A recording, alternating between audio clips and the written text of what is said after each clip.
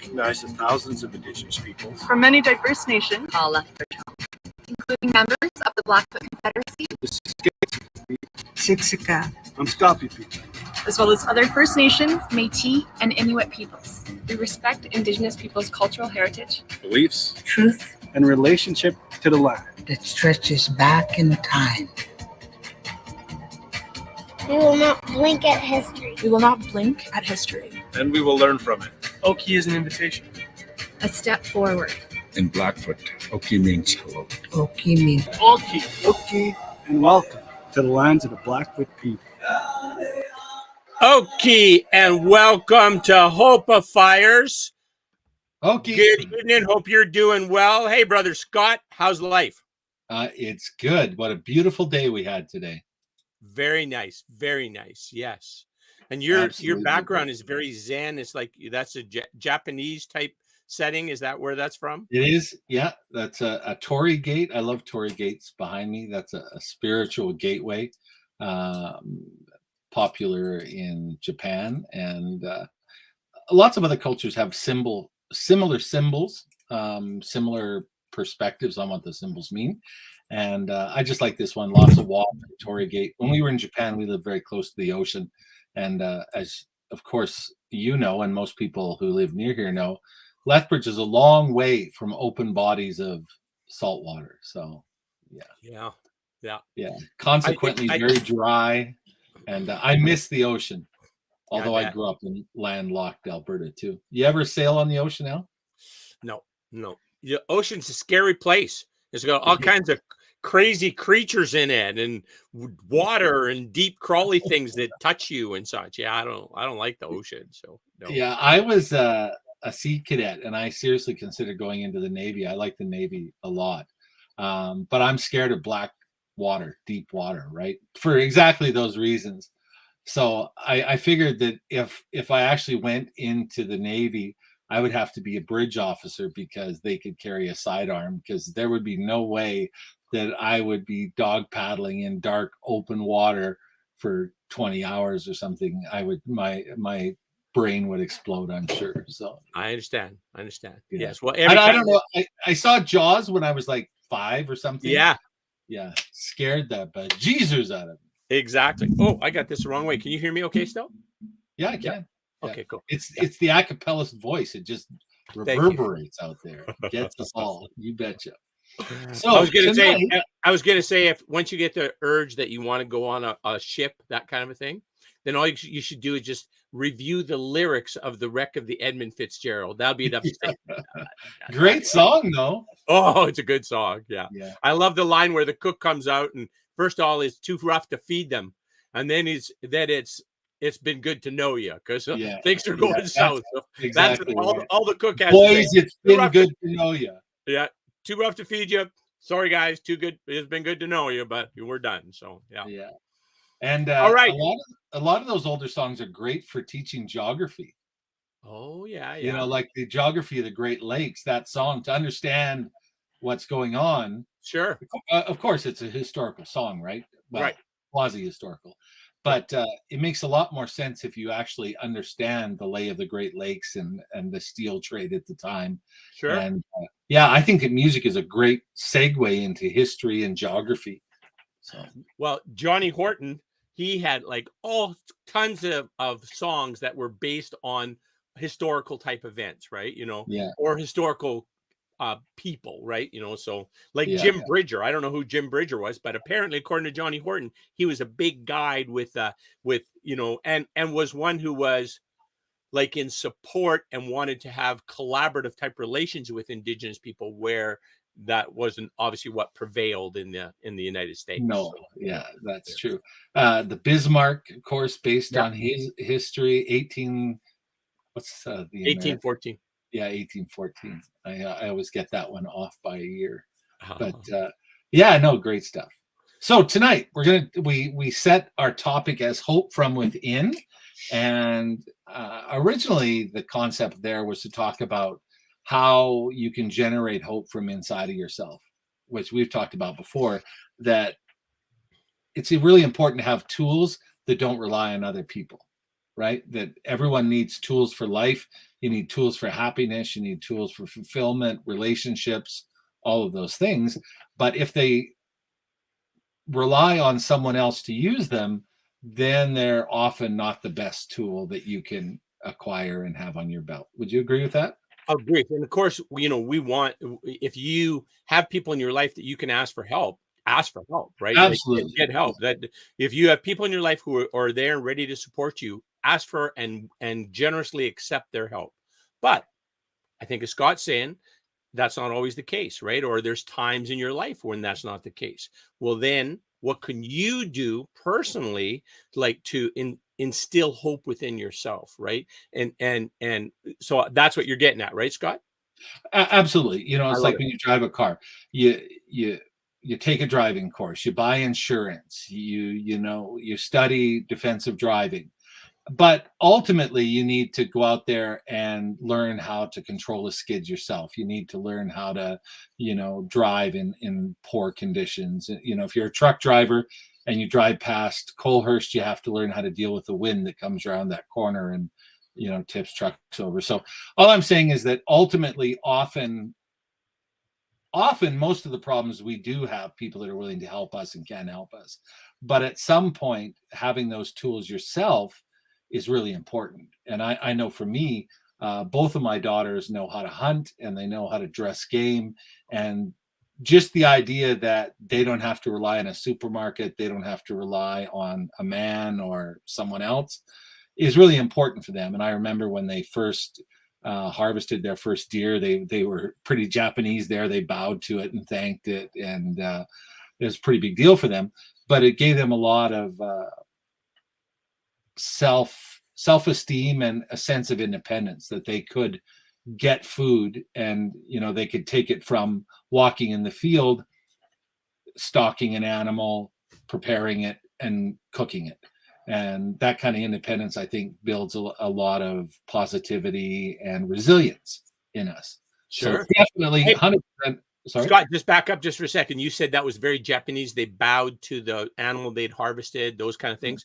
And so is that kind of like, because that's more of a Buddhist type of mentality in terms of, or a outlook that we're all connected, we're all one. The spirit of that animal was shared with the spirit of your daughter who harvested it. Is that what you're? Yeah, exactly. And that's, so there's of course vegetarians and vegans, and there's particular strains of Buddhism or Hinduism that don't eat animals. They don't take any life at all.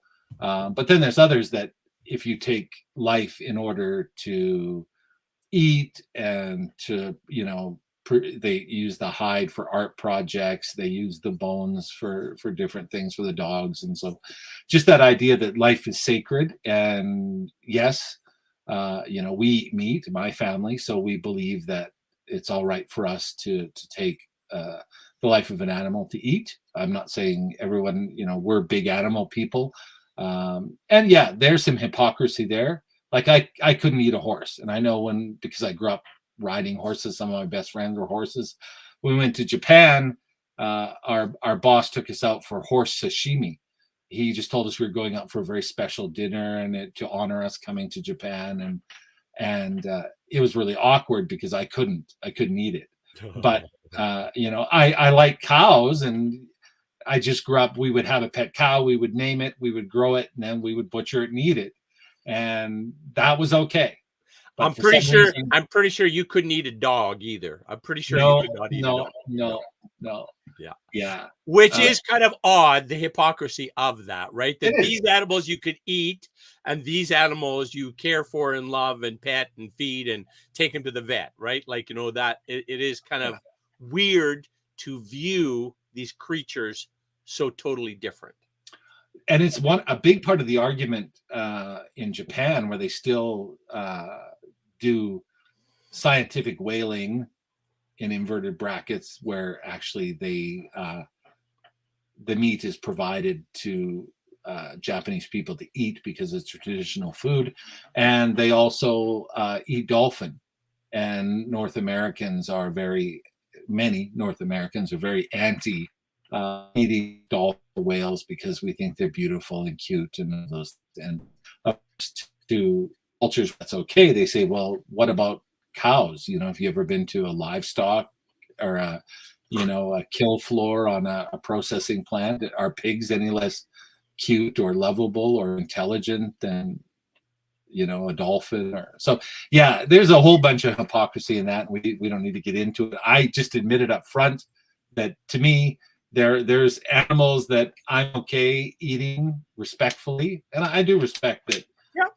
And I wasn't, there was no criticism in that, Scott. All I was basically saying was that, that Buddhist type belief is very similar to a traditional indigenous life belief, right? We all come from the same source. So that animal and I shared a spirit, and I'm thanking that animal for giving up his life for my sustenance, basically, is kind of that, sort of how that process works, right? And it was funny.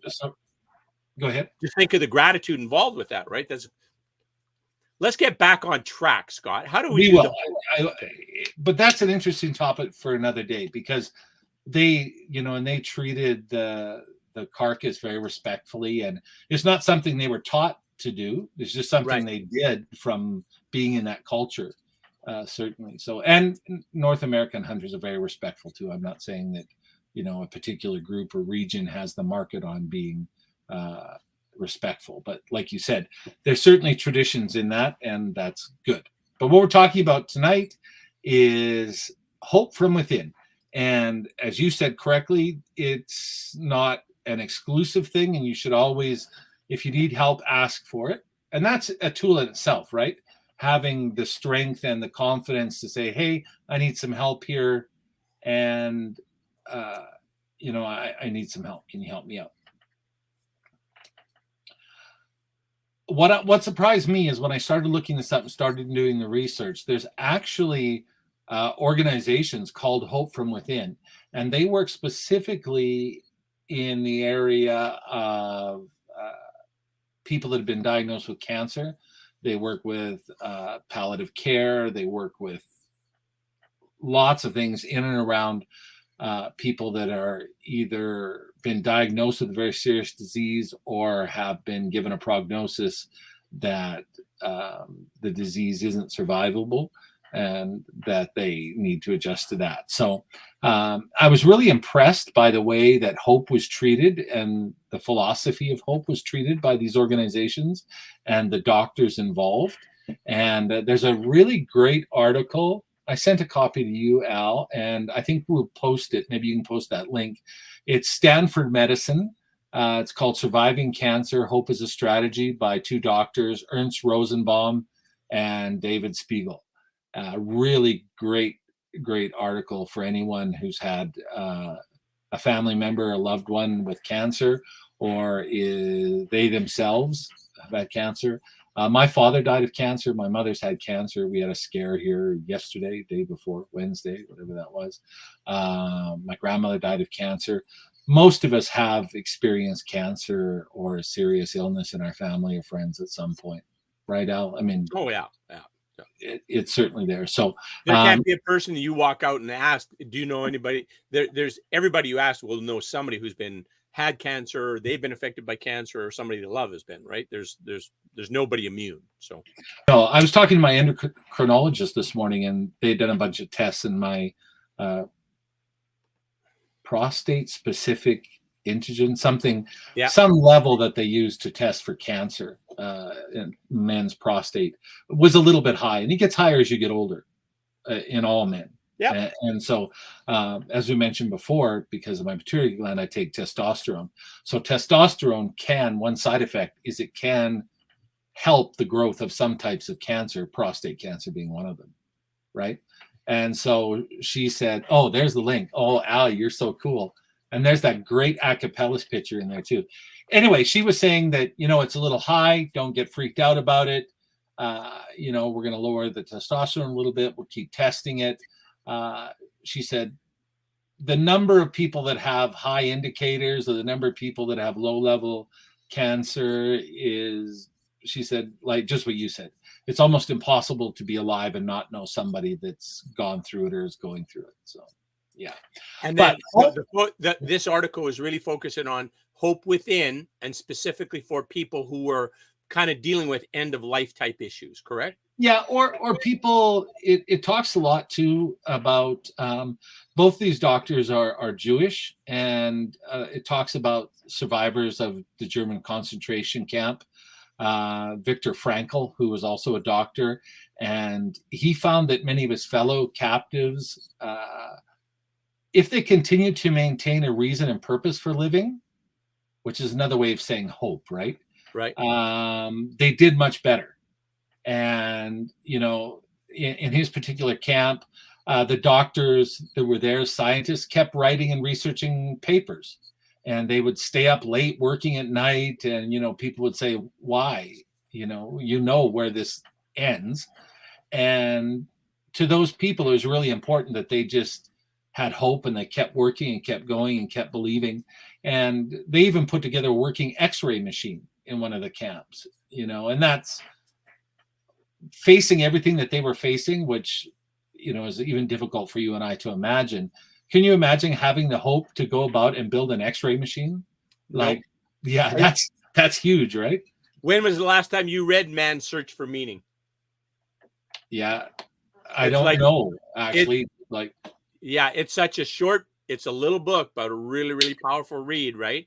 And every time I read it, it's like, oh, yeah, I missed that the first time, right? Or the first 7 times that I read it. So, yeah. I'm going to put it on my read soon list. Good job, Al. Good idea. Right. Yeah, so, and it talks a lot about hope in terms of, personalities, and a lot of that comes out when you're dealing with the possibility of death or a life-ending or severely life-changing experience. And, many of us have been there, and how we deal with that shows a lot about who we are and what we've come through in our life. And I won't say that it says what kind of person you are, because I don't think you can define somebody. Like, a lot of people really freak out and get really upset and, collapse, basically, emotionally, spiritually, mentally, and because it's beyond anything they've ever experienced. And the trauma of that, they can't get out of that without help. And then there's other people that remain hopeful and say, yeah, I'm just going to deal with this, and what comes will come, and I'm going to live to the best of my ability and continue to be enough for myself and those people around me, right? So not as a tool to judge people, but I think thinking about hope ahead of time and the role that it plays. End of life is something we all face, right? Yeah. You probably haven't thought about it in a long while because your health has been going up and up and up, and I think you're getting younger. I think you're aging backwards before my eyes. But I think most people get to a certain age and it sort of starts to creep into our thoughts, don't you? Can I just share something? You're on the part where I think it's appropriate to share about Dr. Darren Hyland, and he has this thing called the Plan Well Guide. And he, as a emergency room doctor and a medical researcher, his mission is to kind of make people aware of what happens when you get resuscitated. Like, what's the process when you get resuscitated, and like how that, and then because in some cases he's resuscitated people who upon speaking again, I didn't want that. That was horrible. This, and my life is, I would have way preferred to die than this, right? That kind of a thing. And I'm not saying that's the same for everybody, but my point is that he is saying, be aware of what these are and make it easy for your loved ones by deciding, here's are my decisions. This is what I want you to do, right? And in a perfect world, if you could tie that to some kind of objective measures, right? If the rating gets on my PSA, this isn't a good example because PSA values are all over the place. But let's say there was a more objective reading that when it was at this level, that was like a terminal thing, no possibility of recovery, and you're in pain. Let's activate the let me die plan here now, right? Now is the time. So, yeah. Yeah. And that's a whole thing going on there. And there's a part of this article that talks exactly about that. And it talks about the better one copes with crisis, the more chance you have of being hopeful, right?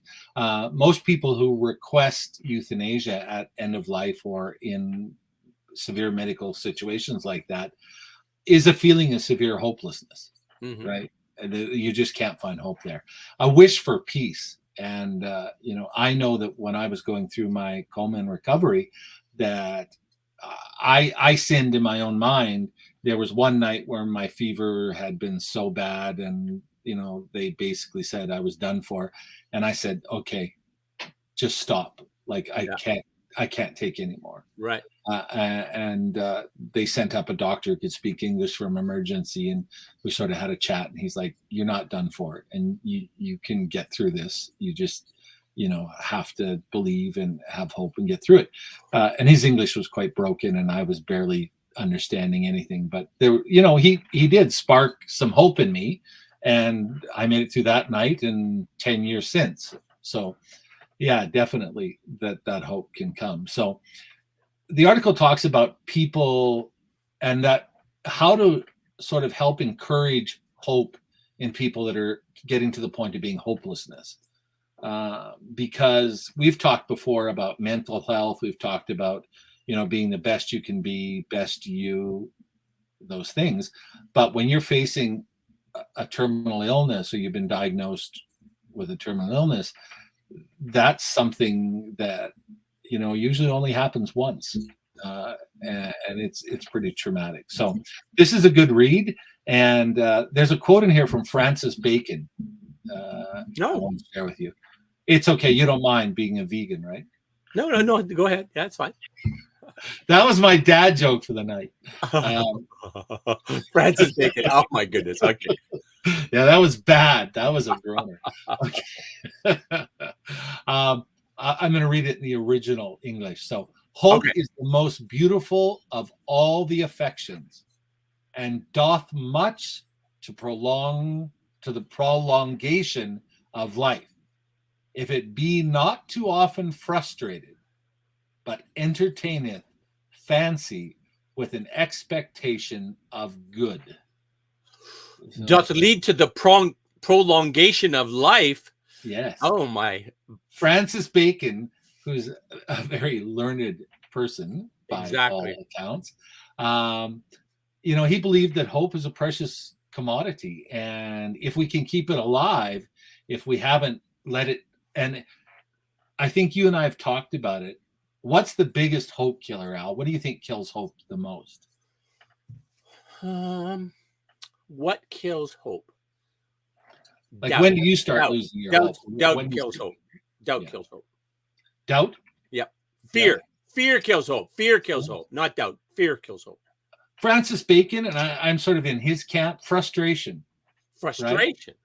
Yeah, where, you've been hopeful, you've done all the right things, you've taken all the medicine, you've listened to all the experts, you've prayed, you've done everything, and it's still getting worse. Okay. And it just seems like nothing. I think of the people in the concentration camps, and wow, every hope and dream they had would be frustrated. And the frustration you would feel, if you were one of those scientists or doctors trying to finish that research paper before you were gassed or put to death in any of the numerous ways they were.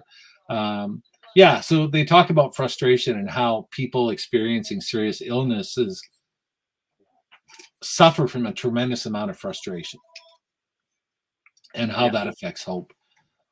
What's your view? Makes sense. Like, I mean, that the fact that they could have stayed so hopeful and wanted to do this research and do the things they're doing when they're in a concentration camp, like, that's amazing. You think about I as a parent.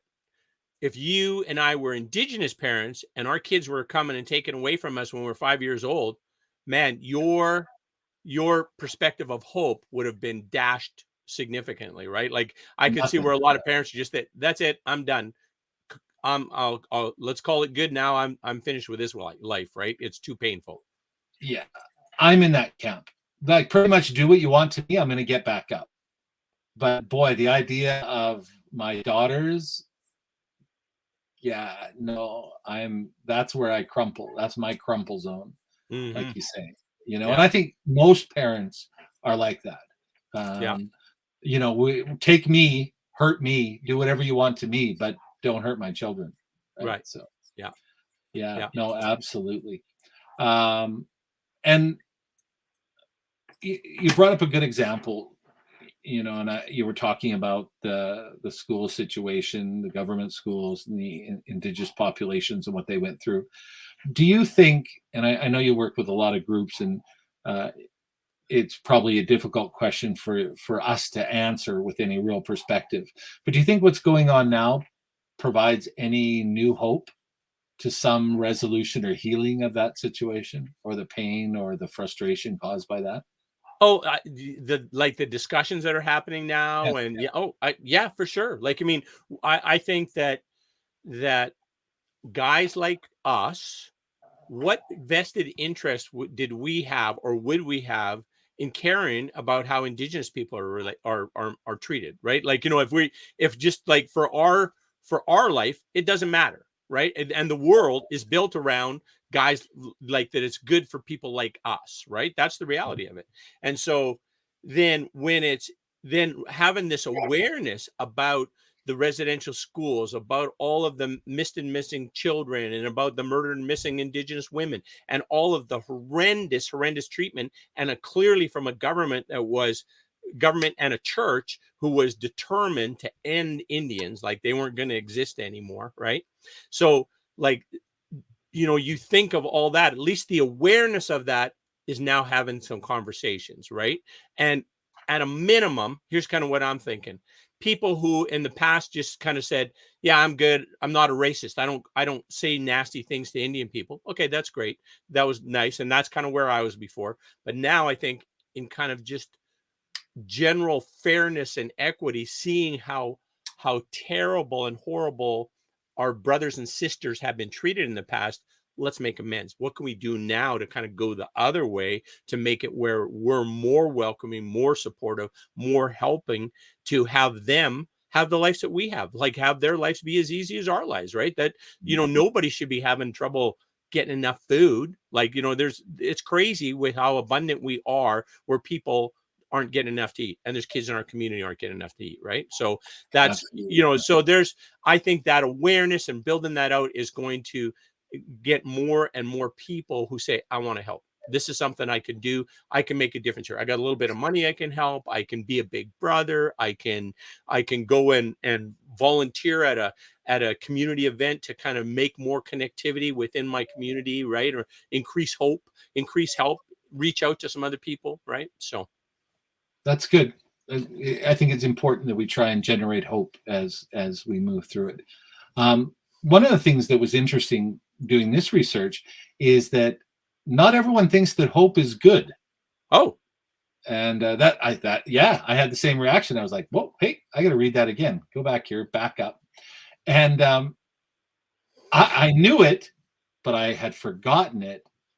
Hope was in Pandora's box. The Greeks considered it just one of the miseries. And so when Pandora's box was opened, hope was one of the things that came out of it. And which is interesting, right? Because Pandora's box was supposed to have all of the miseries of the world, right?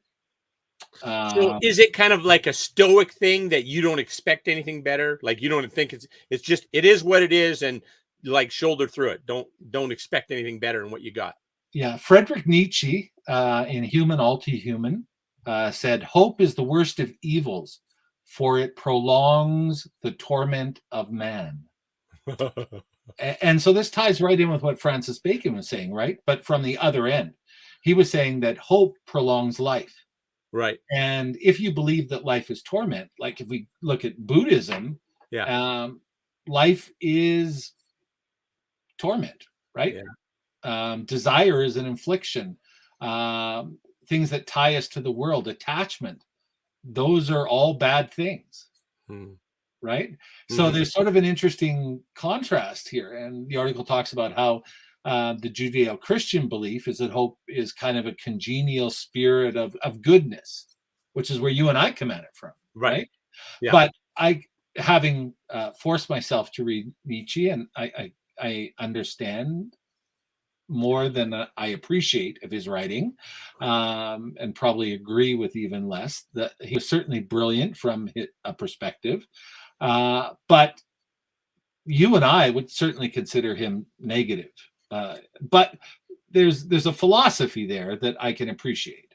Well, you know what? You make me think of here.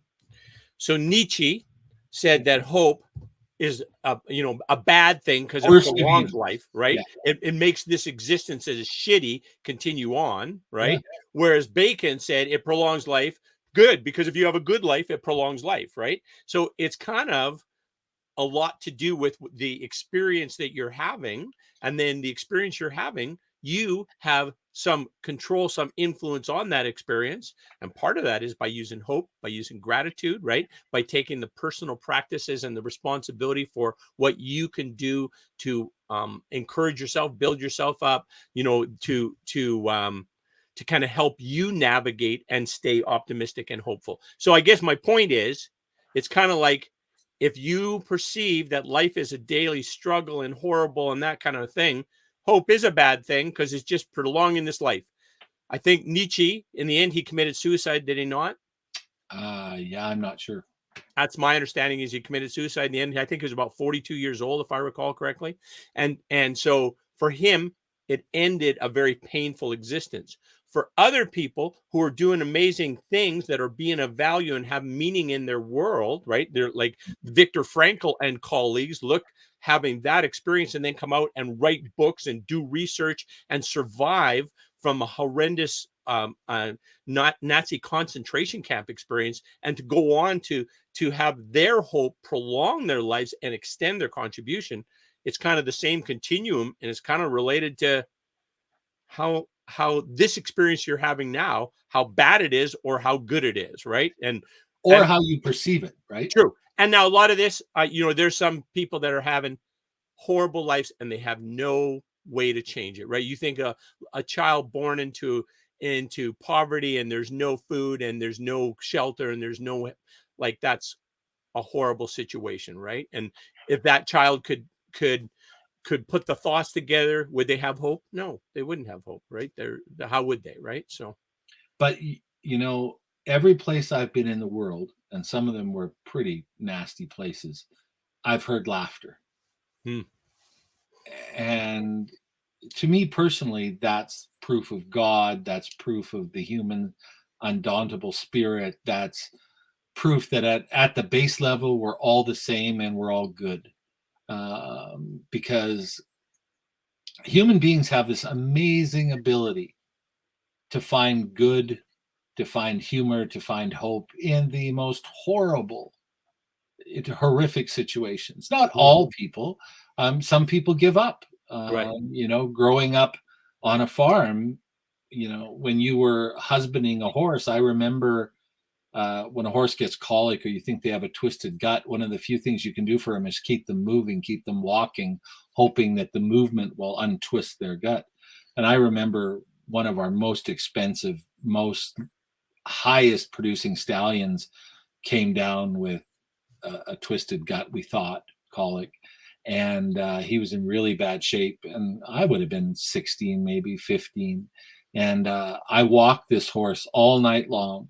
So for about 20 hours, I walked with this stallion in the arena and kept him up. He wanted to just lie down and die, you could tell. But eventually it was me that just gave up and fell asleep. He lied down and I said, well, I guess he's decided that this is it.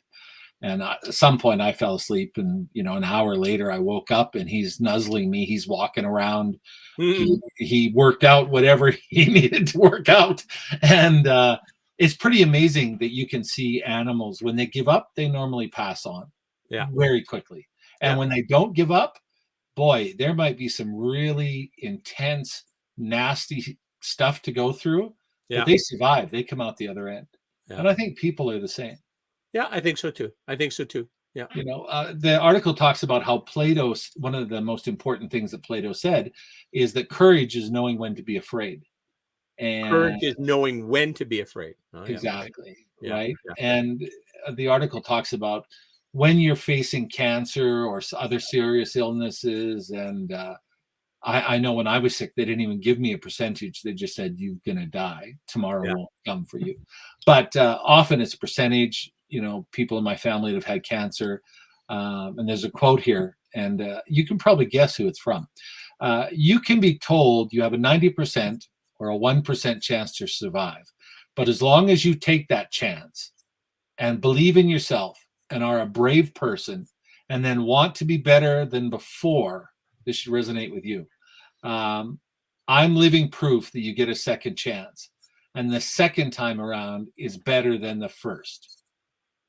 Lance Armstrong, cancer survivor. Ah, okay, cool. Excellent. And that really resonated with me, that as long as there's a chance and you're willing to reach out and take it, there's hope. Yeah. Right. Yeah. And if there's hope, even the people who don't like life say that hope prolongs life. Right. They say, Nietzsche says it's bad because it prolongs life. Bacon says it's good because it prolongs life. Right. So this reminds me of Sergey Young. He's this guy, a lifelong, a guy who wants to extend human life, right? And so he believes we have enough technology and practices and choices we could make today that we could easily live to be 150 years old. The problem is there's not a lot of people who want to live 150 years old because it makes no sense. Like, why would I want to be here? This is that kind of a thing. So his thought is, how about we envision a life where we want to be here for 150 years? We want to contribute because we're seeing this evolution unfold, that life is getting better and more people are getting fed and more people are getting sheltered and more people are getting healthy and more people are getting protected, right? So I love that idea that you kind of create in your mind the what we want, and then we're going to treat ourselves accordingly so that we have the health and energy and vitality to deliver on that vision, right? So it's beautiful. I read some information, a book, an article, I can't remember where it came from, and it was some kind of live a good life thing, and it was talking about how life is like a finite amount of currency or stuff, and everything you do costs a certain amount of this stuff, and when you're out of this stuff called life, it's done. Life ends. And so, if it was money, most of us are quite careful, right? We do research. We say, well, this is a better value. Yeah, I really want the really expensive one, but then that means, I'm going to suffer here, or I won't have this, or, we're very careful about the choices we make. But often in life, we just sort of bumble along through it, not realizing every choice we make is spending life currency. And back to our original theme, right, where you're talking about hope being an inside job. So then you spending the currency on you to kind of create the hope and the compassion and the capacity within you. Is that where you're getting, Scott? Yeah, exactly. And I think that really all of this comes down to the very succinct point that, like Armstrong says, it doesn't matter what percentage they give you, it's what you do with it. Mm-hmm. And that's sort of the theme of everything we've talked about tonight, is what are you going to do when they tell you have cancer? What are you going to do when they tell you that you're broke? What are you going to do when they tell you that you're an alcoholic, or whatever the case is? And yes, it may be admitting that you need help and reaching out and getting that help. But my hope, and I know your hope, is that people won't give up. And they will take the advice, and they will challenge themselves to say, there's a little bit of hope here, and believe in themselves just enough to have hope. And believing in yourself enough to have hope is a lot easier than just believing in yourself. A lot of gurus say, oh, just believe in yourself. For a lot of people, that's really hard. Got it. So you're saying you've got this little fan of hope. You're just going to blow on it and encourage it and fan it to be a bigger flame of hope. That's what you're saying. Well, everything that I read this last week on hope being internal and that strength, or the purpose of that, says exactly that. That little ember of hope prolongs life. It solves problems. It is incredibly powerful because it leads us to so many other things. Like, if you give up hope, you'll stop contacting other doctors. You'll stop trying new treatments. Yeah. And as I remember when my dad they told him he had a couple years to live. He lived 7 after they diagnosed him with 2. And he went to a doctor. I took him to the doctor, and he came out and he was crying. And I'm thinking to myself, he's walking back to the van. He wasn't driving himself by that time. And he's crying. I mean, and I'm wondering, they've already told him, that his cancer is terminal. That what could have they told him that he's crying? And so he gets in the van. I'm like, Dad, what's wrong? And, he said, the doctor yelled at me. He said, that the latest test came back and they didn't look good, and, that I should stay home. He wanted to travel, so he was traveling.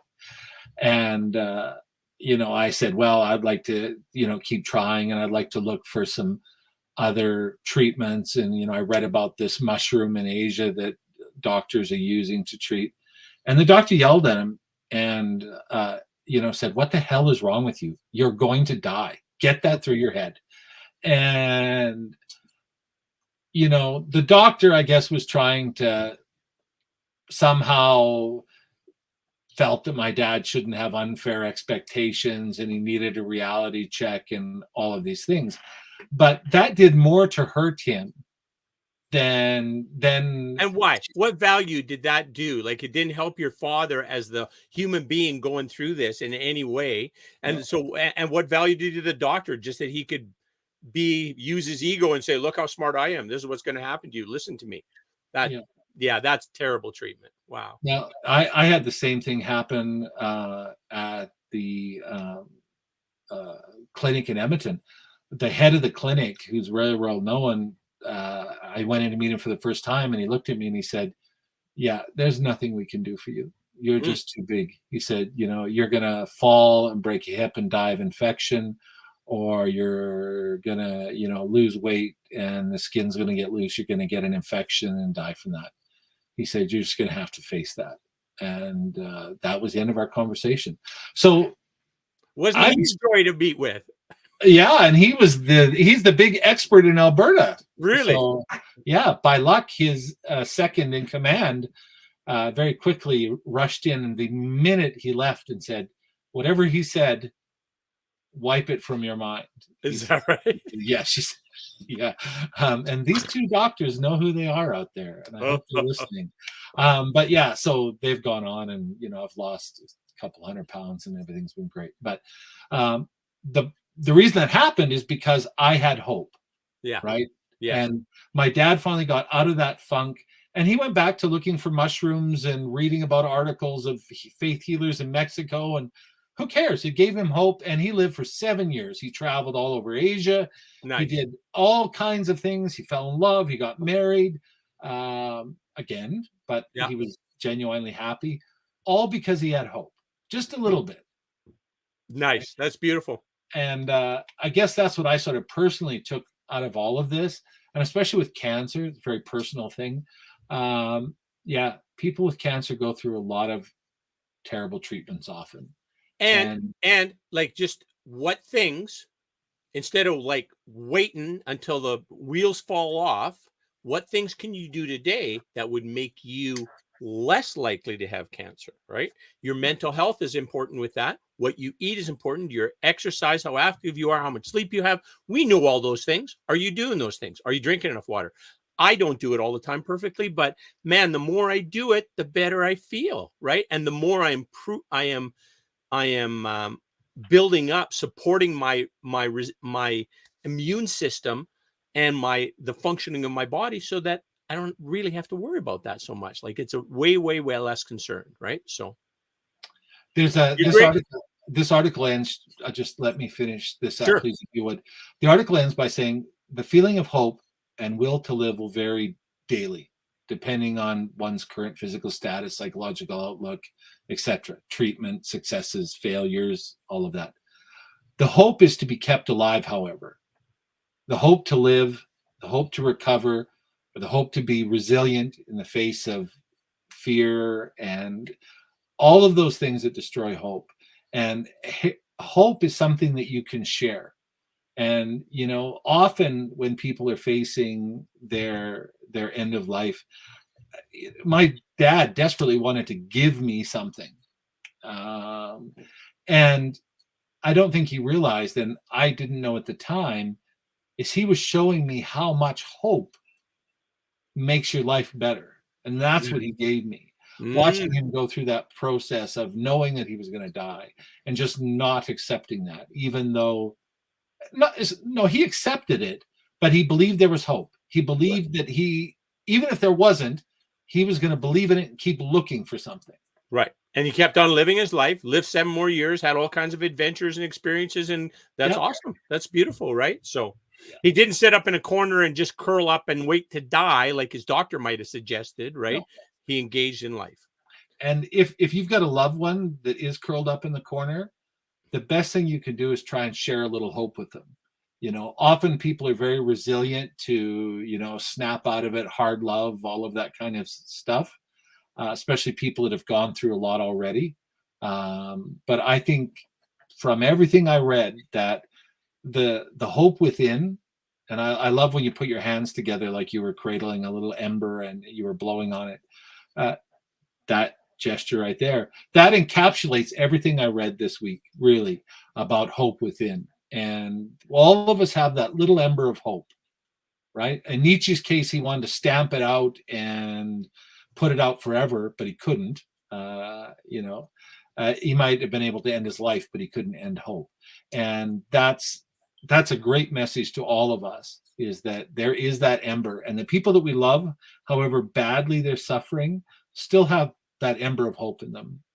And so if we can help them, fan that flame a little bit, encourage it to grow, God, better. That is a beautiful place for us to end this broadcast. Nicely said. The ember of hope that you have, encourage it, grow it, develop it, share it. Right, Amen, Scott? brother. Amen. Right. Keep yourself well. We'll see you next week here